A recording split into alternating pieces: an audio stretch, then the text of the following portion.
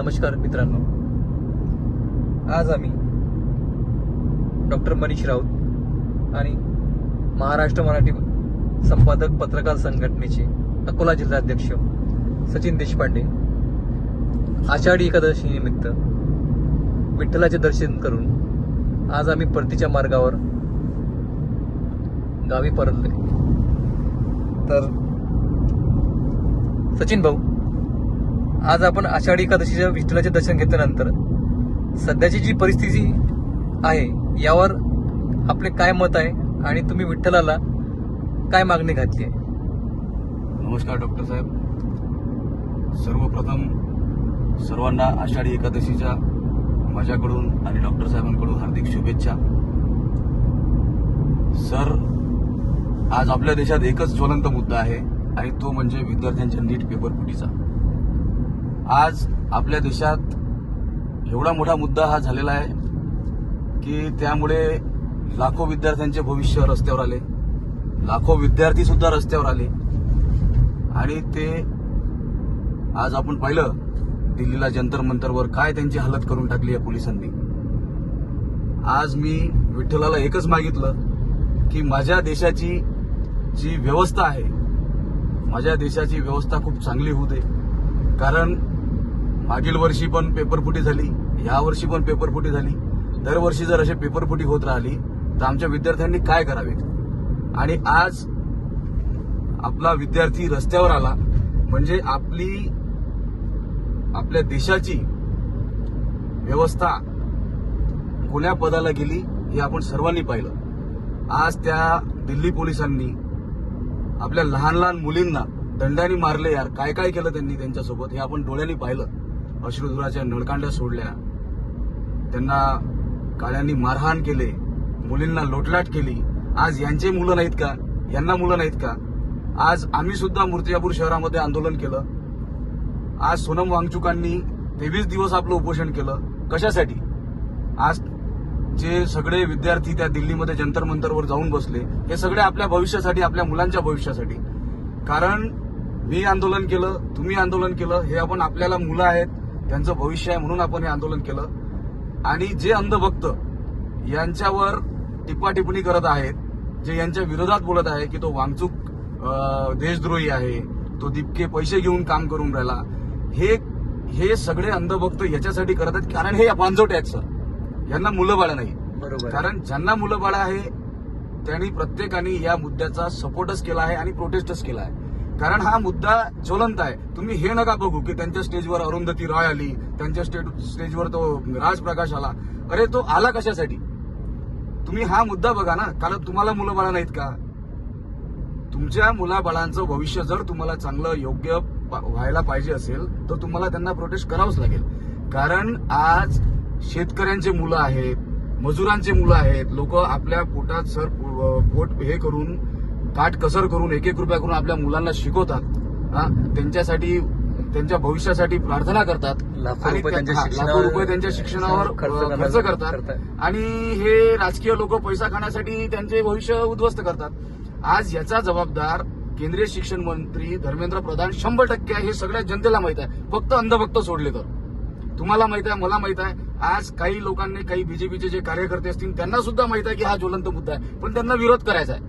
कारण विरोध झाला पाहिजे, चांगलं काही झालं नाही पाहिजे. याच्यासाठी हे नेहमी विरोधक विरोध करत राहतील, हे अंधभक्त करत राहतील.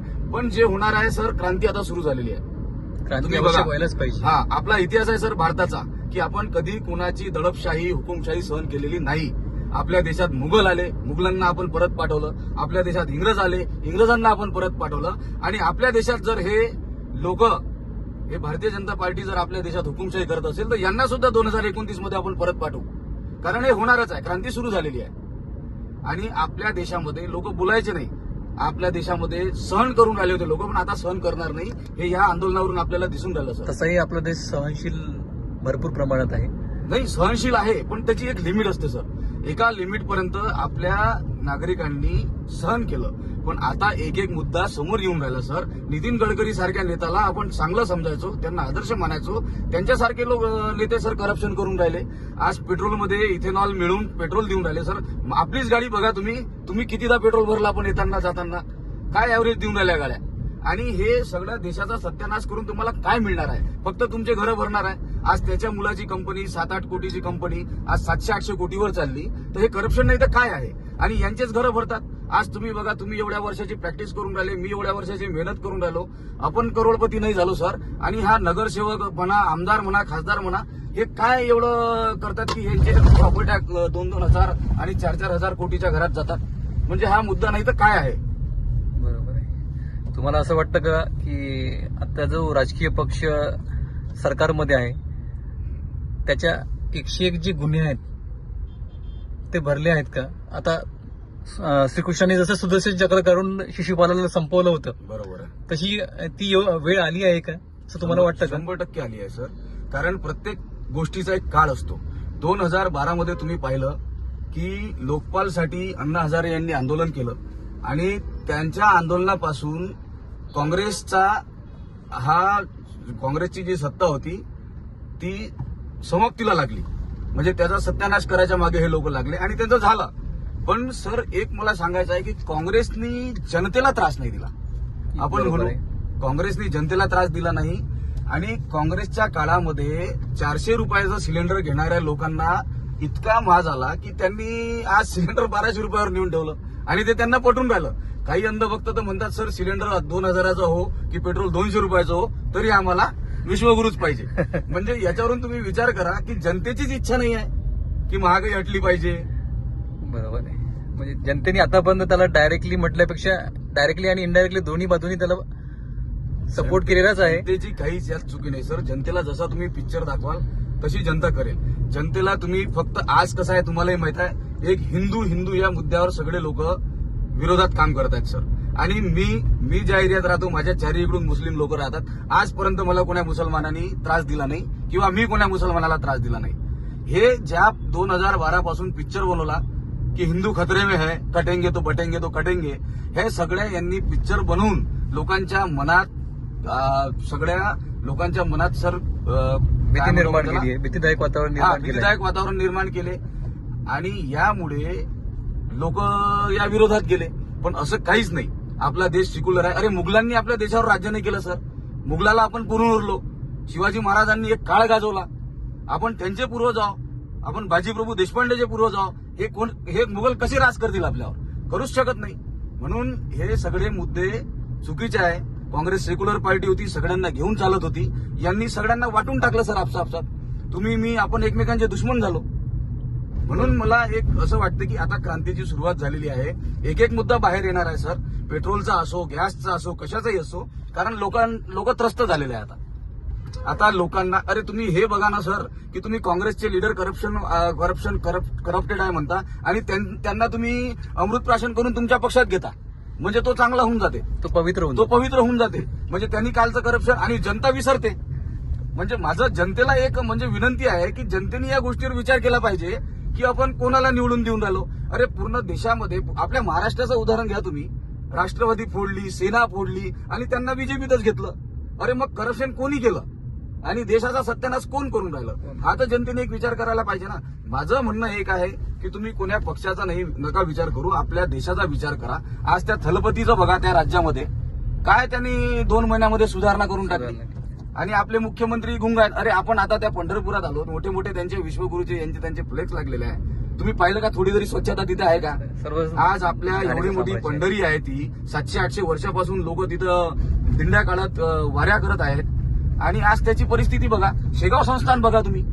आज शेगाव संस्था जर साफ होऊ शकते, स्वच्छ होऊ शकते, डिसिप्लिन मध्ये होऊ शकते, पंढरपूर का नाही होऊ शकत?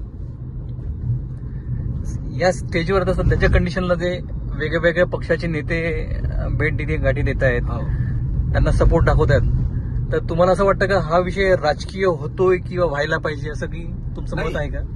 राजकीय होत नाहीये सर. पण आता तुम्ही मला सांगा, ते विद्यार्थी आहेत, त्यांना कुणाचा ना कुणाचा तो सपोर्ट लागेल ना. आज जर ते बिचारे लढून राहिले तिथे, तर आज कोणीतरी, आज राहुल गांधी जरी त्यांच्या मागे उभा राहिला तर त्यांची ताकद वाढली ना सर. ज्या पंतप्रधानांनी 23 दिवसामध्ये त्या विद्यार्थ्यांशी बोलायला सुद्धा तो गेला नाही, त्या सोनम वांगचुकची थोडीशी सुद्धा कदर त्यांनी केली नाही. आज ते बोलायला तर तयार झाले, कारण आज ते घाबरलेले आहे. आणि तुम्हाला मी एक गोष्ट सांगतो सर, की अशीच जर स्थिती राहिली तर आपले विद्यार्थी किंवा आपले शेतकरी हे सगळं या देशातून या लोकांना हटवल्याशिवाय राहणार नाही. आणि या देशामध्ये परिवर्तन अवश्य होईल. परिवर्तनाचा देश आहे आणि आपण कधीच दडपशाही सहन केलेली नाही. म्हणून आणि ही हुकुमशाही सुरू आहे हे सगळ्यांना माहित आहे. तुम्ही बोलले, मी बोललो, उद्या माझ्या मागे लागतील ते.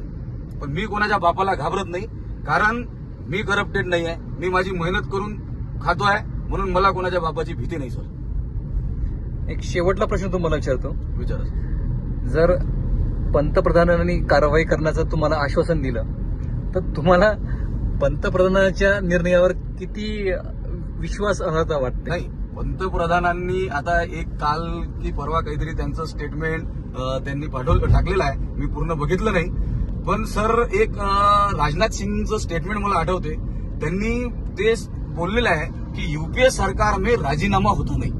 आज तुम्ही बघा, काँग्रेसच्या काळात विलासराव देशमुख सारखे मुख्यमंत्री असताना त्यांनी सुद्धा राजीनामा दिलेला आहे. आर पाटलासारख्या माणसांनी राजीनामा दिलेला आहे.